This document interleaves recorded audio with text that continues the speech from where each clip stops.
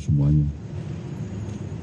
Sejujurnya harus saya katakan, dalam kapasitas saya, baik secara pribadi maupun selaku Ketua Umum Dewan Pimpinan Pusat Partai Nasdem, beserta dengan seluruh jajaran DPP yang ada pada sore hari.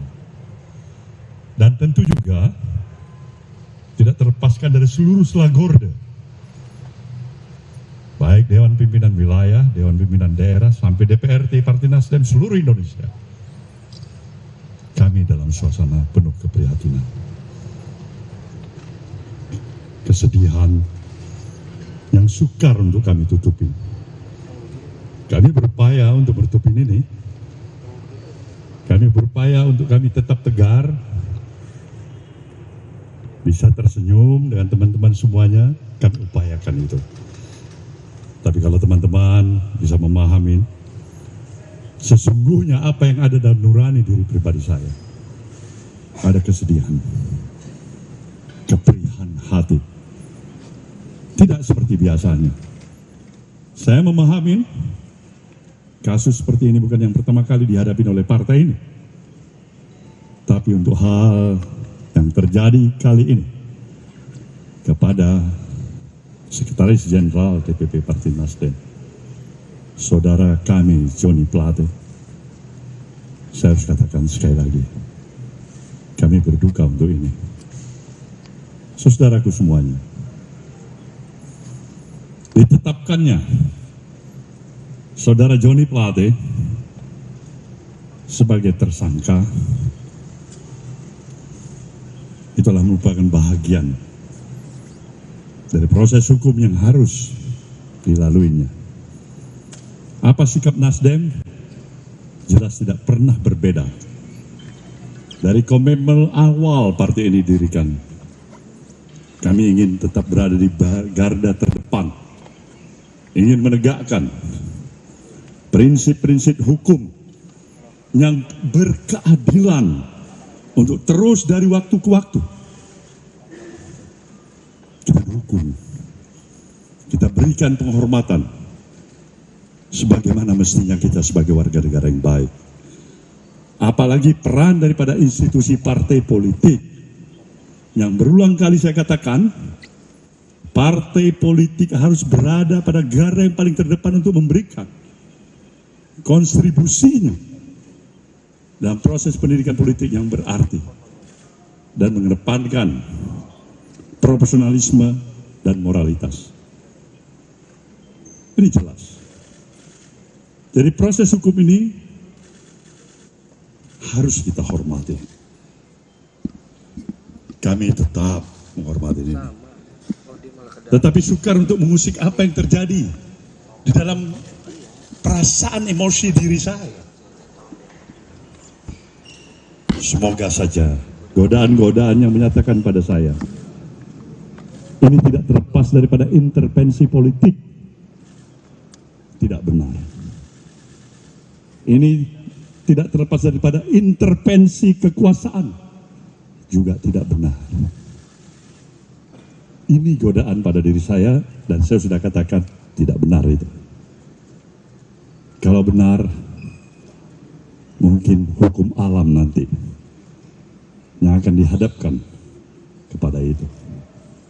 Jadi sekali lagi saya tegaskan, kita menghargai proses hukum ini. Kedua, kepada Partai Nasdem, saya sudah ingatkan seluruh Selagorde ini untuk tetap bekerja seperti biasa. Tidak mudah terprovokasi. Jangan kasih tempat siapapun yang mencoba untuk mengadu domba di antara kita satu sama lain. Karena kita lebih mengedepankan komitmen kita terhadap stabilitas nasional yang kita miliki. Ini jelas komitmen kami yang kedua. Dan yang ketiga, mengingat tugas dan kesibukan, posisi dan peran kesekjenan. Maka pada hari ini kami telah memutuskan Saudara Haji Muhammad Taslim, Harbalis Taslim, sebagai pelaksana tugas kesekjenan sekjen. Inilah yang bisa kami berikan keterangan pada saudara semuanya, dan tentu saya pasti memahami kawan-kawan dan saudara semuanya ingin bertanya kepada saya selaku pucuk pimpinan partai ini. Saudara boleh bertanya apa saja. Terima kasih. Nah, lalu lintas ini harus kita atur baik-baik. Ya, Tatang, Kompas, Andika, Hilman, mana GTV mana? Ya, 3 dulu ya. Silakan Tatang.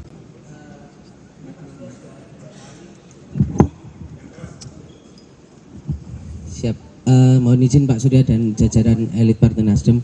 Mohon izin bertanya Pak Surya, ini sudah kali kedua Sekjen Partai Nasdem, yang pertama dulu Rio Capella dan sekarang Pak Joni Plate terlibat dalam pusaran korupsi. Apa evaluasi ke depan Pak yang akan dilakukan? Yang kedua adalah bagaimana setelah kasus Pak Joni Plate ini hubungan antara teman-teman Nasdem dengan istana akan seperti apa Pak? Itu aja, terima kasih. Baiklah. Silakan. Selamat sore, Andi dari Kata Data. Dari? Kata Data Pak. Katadata.co.id. Ada 2 pertanyaan. Pertama, tadi siang Kejagung bilang bahwa akan mengusut kasus ini, aliran dananya ke parpol. Nah, dari tanggapan Pak Surya Paloh sendiri menanggapi strategi Kejagung itu seperti apa? Dan yang kedua, tadi siang juga Bang Faldo bilang bahwa jabatan Menkominfo akan digantikan oleh PLT. Berarti kan melihat lebih jauhnya bakal ada pergantian pemain nih di kabinet. Dari Nasdem sendiri apakah akan menyajikan atau mesuguhkan nama baru ke Presiden untuk menggantikan Pak Joni, atau seperti apa strategi ke depan untuk masih ada dalam kabinet? Ya, Ilman Pak dari IDN Times. Izin Pak, terkait dengan kasus ini, Pak Surya beberapa tahun lalu pernah menyatakan kalau misalkan ada kader yang terlibat kasus korupsi, lebih baik Partai Nasdem buat apa dipertahankan gitu Pak. Nah, apakah sekarang masih berlaku seperti itu? Kemudian ini kan kemungkinan Pak Joni akan di-reshuffle Pak. Nah itu jumlah menteri dari Nasdem apakah akan berkurang atau tetap itu Pak? Dan apakah akan ada bantuan hukum untuk Pak Joni? Terima kasih Pak. Baik. Jadi ada 2 peristiwa. Dua-dua sekjen. Yang satu kasus 200 juta rupiah. Dia masuk tahanan untuk sekian tahun. Kasus gratifikasi. Dia telah menyelesaikan kewajibannya. Dan sekarang menjadi warga negara bebas. Yang kedua, Joni Plate. Terserah pendalaman pembuktian yang mungkin lebih dalam nanti. Tapi hari ini saya bersimak baik-baik keterangan daripada kampus Pankum. Ada pengakuan yang menyatakan dia meminta agar diberikan 500 juta untuk anak-anak setiap bulannya. Dengan proyek kerugian negara yang 8 triliun. Ya, kalau tidak ada pendalaman lebih lain untuk menemukan bukti-bukti yang lebih memberatkan, ya semakin sedih lagi kita. Terlalu mahal dia untuk diborgol dalam kapasitas dirinya. Sebagai menteri, sebagai sekjen partai, terlalu mahal. Terlalu mahal. Kita tetap menganut ajas praduga tidak bersalah.